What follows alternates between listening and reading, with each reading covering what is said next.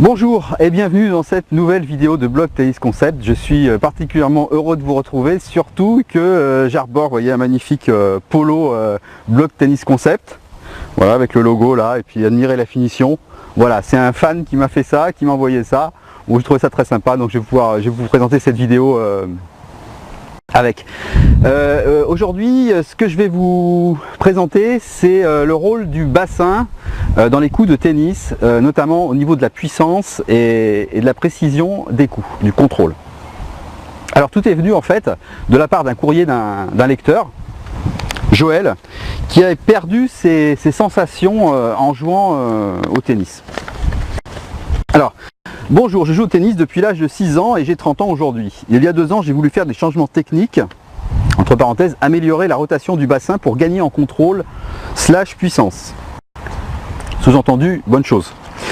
Ça a marché 1 ou 2 mois et puis ensuite j'ai eu l'effet inverse, plus aucune sensation de jouer avec le haut du corps. Que me conseillez-vous pour retrouver des sensations? Merci beaucoup. Et c'est moi qui te remercie, Joël, pour cette excellente question. Il peut arriver au tennis que l'on perde des sensations suite à des changements techniques, pourtant judicieux. Et cela plus particulièrement si, après avoir opéré ces changements techniques, vous faites de la compétition de manière trop précoce. En effet, les modifications techniques et la pratique du tennis en compétition ne sont pas forcément compatibles. En compétition, votre cerveau et vos muscles sont dans un état de tension qui font que vous allez avoir tendance à revenir, en fait c'est notre cerveau qui va avoir tendance en état de panique à revenir à ce qu'il connaît le mieux. Ce qu'il connaît le mieux, c'est votre ancien geste. Si toutefois votre nouveau geste n'est pas devenu une seconde nature.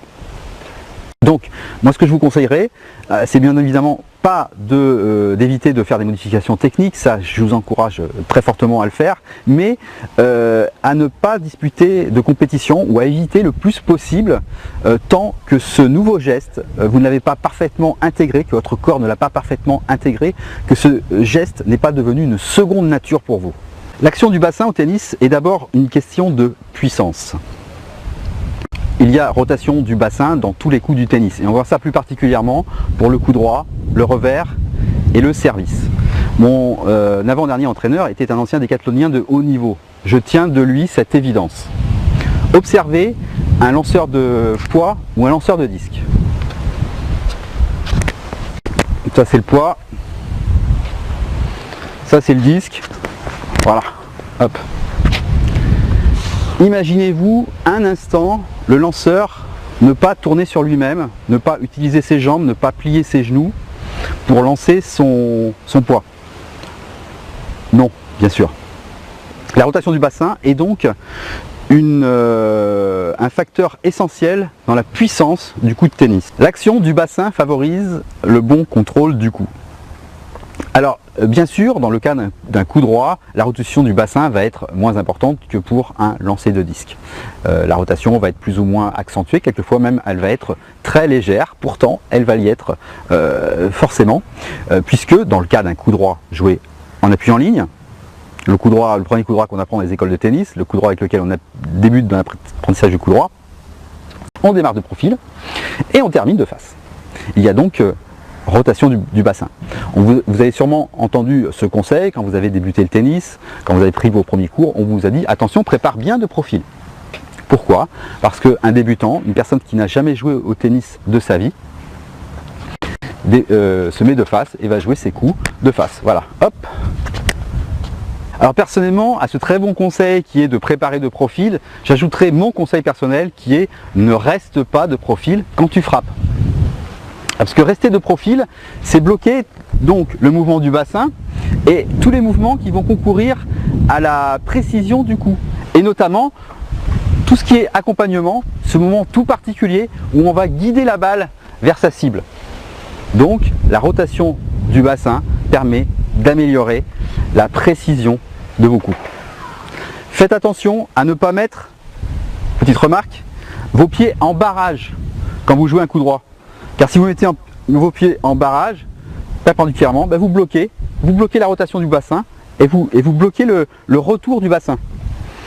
En mettant vos pieds correctement, vous facilitez la rotation du bassin et le retour vers une position de face, qui est la position la plus naturelle pour un coup droit.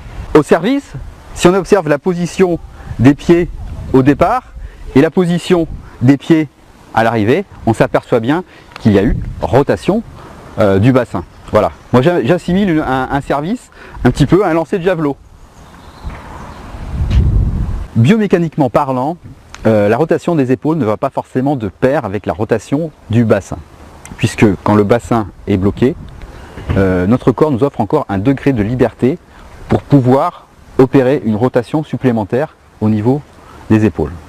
Ce mouvement parfaitement naturel n'est en aucun cas dangereux, pour peu que ce soit un mouvement qui soit parfaitement contrôlé, bien sûr, il ne faut pas aller trop loin, que vous soyez correctement échauffé avant de disputer un match, avant de disputer une séance de tennis. Voilà. Pourquoi on fait ça? Enfin, si vous ne le faites pas, je vous conseille de le faire, simplement pour travailler, pour vous habituer à faire ce geste que vous allez reproduire lors de votre séance de tennis. Et enfin, la troisième condition qui fait que ce mouvement n'est absolument pas dangereux, et que vous ayez une ceinture abdominale suffisamment développée. Là, je fais une petite parenthèse pour vous dire que à partir d'un certain âge, la plupart des joueurs de tennis et des joueurs de golf d'ailleurs arrêtent pour des problèmes de dos, et souvent c'est dû à une ceinture abdominale insuffisante. Alors dans le cas du revers, revers en appui en ligne, on va faire simple, on démarre de profil. Et à ce moment-là, on dévisse le tronc